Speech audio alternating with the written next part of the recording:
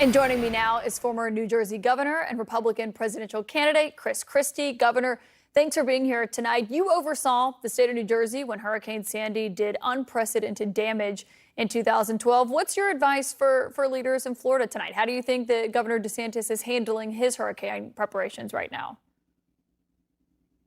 Look, I mean, I think he's handling it in a very standard way. I think, you don't really know what you're going to get until you get it. And that's what I learned from a number of different hurricanes that I had to deal with in New Jersey. Of course, the worst one being Sandy.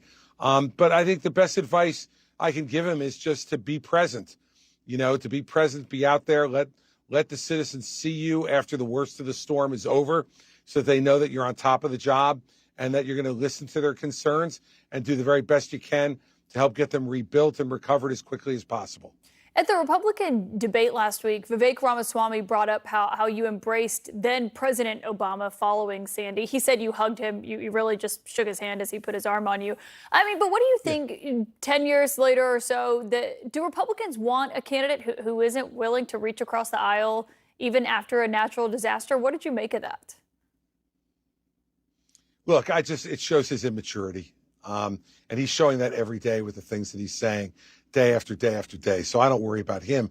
I think what the public needs to know about what I did then was I put the citizens of my state before politics. I made sure that when we suffered $60 billion in damage in the state of New Jersey, that I knew the only way that we could rebuild and recover as quickly as possible was to be partners with the federal government. And so I understood that I had been Mitt Romney's keynote speaker. I had been his number one surrogate out on the campaigning hard against Barack Obama. And I voted for Mitt Romney, and I worked as hard or harder than anybody for him.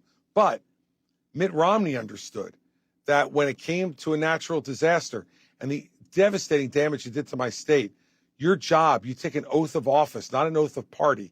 And my job was to put the people of my state first. And when I'm president, that's exactly what I'll do. I'll put the people of the country, their needs and their concerns before my own political concerns. And that's something that you're not going to get from somebody like Donald Trump. You never did, and you won't now. Speaking of the 2024 race and Trump, he wrote today that you, in all caps, should drop out of the race. He is going nowhere and is very bad for the Republican Party. What's your response to that? He only wishes I was going away. And it's great, for me, Caitlin, to live rent-free in Donald Trump's head. Obviously, he was watching the interview as I was doing it. I was laying out the truth about him. And that's one thing he cannot stand, is when someone who's credible, someone who's been there as a prosecutor for 7 years, running the fifth largest office in the country, who was 130-0 in political corruption prosecutions when I was U.S. attorney, he knows I'm not just some politician talking about his problems. I'm someone who has done it and done it well.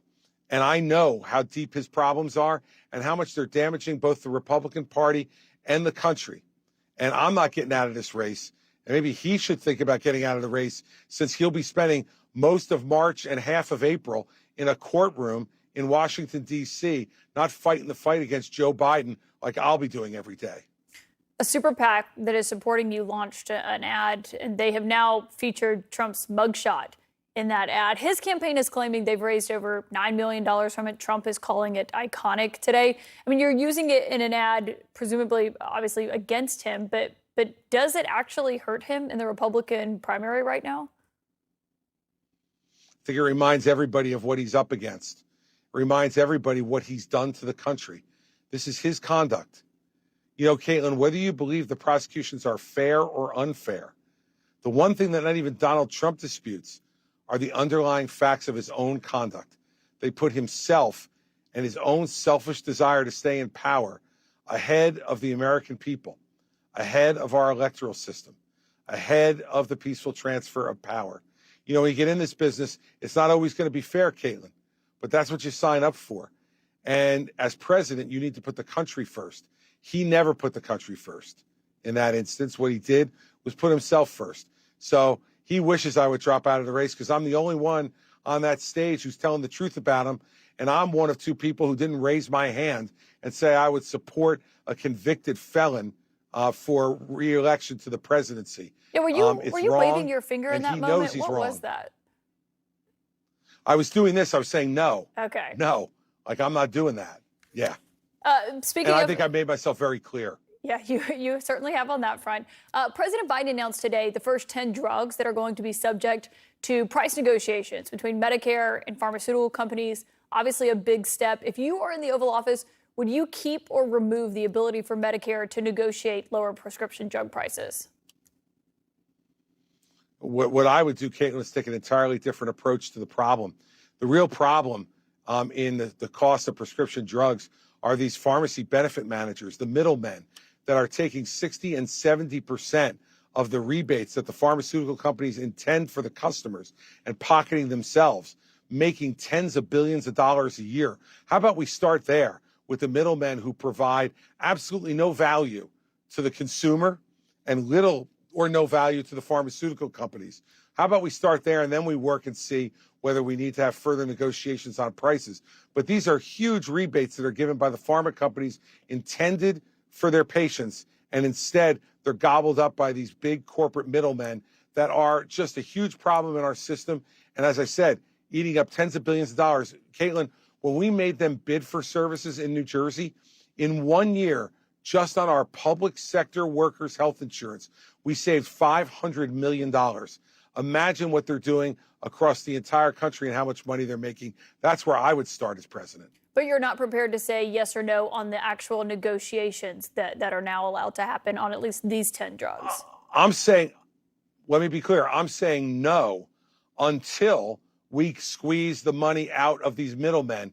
Then we can go and look at that if there's a further need for action. So I'd say no now. The president's taken the easy path. He should take the hard path and go after these pharmacy benefit managers who are bringing no value to it. The pharmaceutical companies are developing the greatest and best drugs in the world for American consumers and patients. Those patients deserve the rebates that the pharma companies are offering, and these middlemen are stealing it from them. And that's the people I would go after first before I start using Medicare to negotiate prices of drugs and further reductions. A notable no there. Governor Chris Christie, thank you for your time tonight.